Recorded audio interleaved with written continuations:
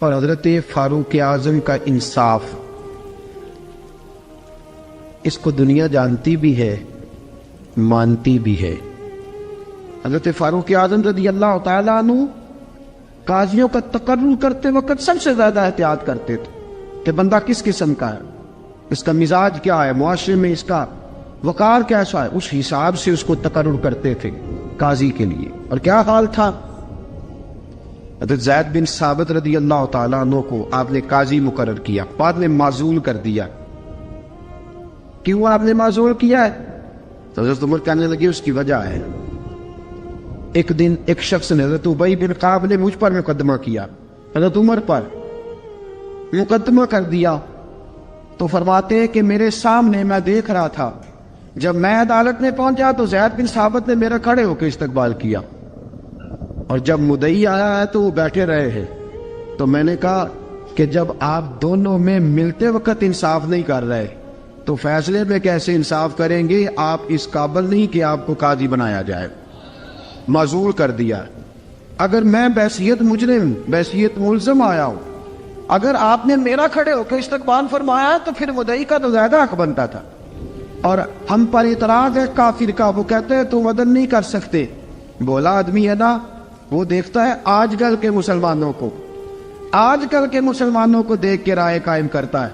ہم اسے کہتے ہیں ہاں آج کل کے مسلمان نہ دیکھ، وہ جنہوں نے ڈائریکٹ نبی پاک کی نکاح سے فیض پایا تھا انہیں دیکھ، ڈائریکٹ جو رسول پاک کی نکاح کے فیض یافتہ تھے، عدل و انصاف سے بھر دی دنیا۔ حضرت فاروق اعظم، حضرت عمرو بن عاص مصر کے گورنر تھے، حضرت فاروق اعظم نے انہیں متعین کیا تھا۔ ان کے بیٹے کا مصر میں جھگڑا ہو گیا کسی عام آدمی کے ساتھ، گورنر کے بیٹے کا، اور گورنر کے بیٹے نے اس مصری کو، ایک عام آدمی کو درے مارے۔ تجھے پتہ نہیں میں گورنر کا بیٹا ہوں؟ مصری نے کیا کیا، گھوڑے پہ بیٹھا سیدھے مدینے آ گیا، سیدھا مدینے۔ حضرت فاروق اعظم کے در دولت پہ پشت سے کپڑا اٹھایا، پشت سے اس نے اپنے نشان دکھائے تو جناب عمر کی آنکھوں میں آنسو آ گئے۔ ایک عام آدمی ہے، جانتے کوئی نہیں، تمہیں رو پڑے، اتنا ظلم، اور میری سلطنت میں کوڑے برسے تیری پشت پہ، فوراً بھیجا، جاؤ بلا کے لاؤ۔ حضرت عمر بن عاص اپنے بیٹے سمیت آئے، بڑی عدالت ہے، حضرت فاروق اعظم کے لفظ، فرمایا اس کو اس کی ماں نے آزاد پیدا کیا تھا، تو نے اسے کیوں غلام بنایا ہے؟ اس کی ماں نے آزاد جنا تھا، تو نے کب سے لوگوں کو غلام؟ کہا بیٹے یہ کیا کہتا تھا؟ یہ کہتا تھا میں گورنر کا بیٹا ہوں، تجھے تو جانتا نہیں۔ فرمایا اب یہ بڑی عدالت ہے، کوڑا پکڑ اور اس گورنر کے بیٹے کی پشت پہ برسا، اور اسے کہہ تو گورنر کا بیٹا ہے، میں محمد کا غلام ہوں صلی اللہ تعالی علیہ وسلم۔ اسے بتا، اسے اب بتلا کہ تو گورنر کا بیٹا ہے نا، میں نبی پاک کا غلام ہوں، اور جو مصطفیٰ کے غلام ہوتے ہیں وہ سارے برابر ہوا کرتے ہیں۔ حضرت فاروق اعظم کا عدل، جناب فاروق اعظم کا انصاف، جناب فاروق اعظم رضی اللہ تعالیٰ عنہ۔ روم کا ایلچی آیا نا حضرت عمر فاروق کے پاس، تو وہ کہتا ہے میں پیغام لے کے آیا اپنے بادشاہ کا، اور میں سفیر تھا، میں بڑے ملکوں میں گیا، بڑے بادشاہ دیکھے، بڑے امیر دیکھے۔ حضرت فاروق اعظم رضی اللہ تعالیٰ عنہ کے دربار مجھے بھیجا گیا، جب پہنچا تو میں نے مسلمانوں سے کہا تمہارے بادشاہ کا دربار کہاں ہے؟ انہوں نے کہا نہ ہمارا بادشاہ ہے نہ کوئی دربار ہے، نہ بادشاہ ہے نہ کوئی۔ اچھا تو پھر وہ کدھر بیٹھتے ہیں؟ کہا یا مسجد میں ملیں گے یا اپنے جھونپڑے میں ملیں گے۔ تو کہا تمہارا بادشاہ بھی کوئی نہیں؟ کہا بادشاہ نہیں، ہم مومن ہیں، ہمارا ایک امیر ہے جسے امیر المومنین کہا جاتا ہے۔ وہ شخص کہتا ہے میں مسجد گیا، میں نے کہا عمر کدھر ہے؟ انہوں نے کہا جی ابھی نکلے تھے ادھر ہی ہوں گے۔ میں نے کہا یہ کیسا بادشاہ ہے؟ کوئی کہتا ادھر ہوں گے، کوئی کہتا ادھر ہوں گے۔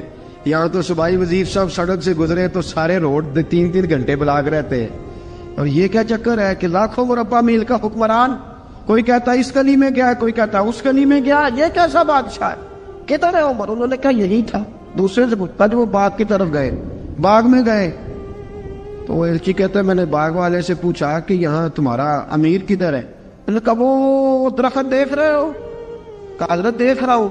اس درخت کے نیچے وہ ایک شخص جو سویا ہوا ہے نا، مٹی کا ڈھیلا سرانا بنا کے، وہ درخت کے نیچے مٹی کے ڈھیلے کا سرانہ بنا کے جو بندہ سویا ہے وہی ہمارا امیر ہے. وہ سامنے حضرت سیدنا عمر فاروق کے پاس وہ بندہ جا کے کھڑا ہو گیا. وہ کہتا ہے کہ پسینہ گر گر کے نا مٹی کے ڈھیلے پہ گارا بنا رہا تھا. پسینہ گر گر کے مٹی کا ڈھیلا وہ تر تھا. حضرت فاروق اعظم سو رہے تھے. کہنے لگا میں 20 اور درجنوں بادشاہوں کو دیکھ چکا تھا جن کی آگے 10 گن. حضرت عمر کی آنکھ کھلی, تامت سمیٹی اٹھ کے بیٹھ گئے. کدھر آیا ہے؟ کہنے لگا حضرت جی آیا تو کسی اور کام تھا, آیا تو کسی, لیکن اب کام کوئی اور بن گیا ہے.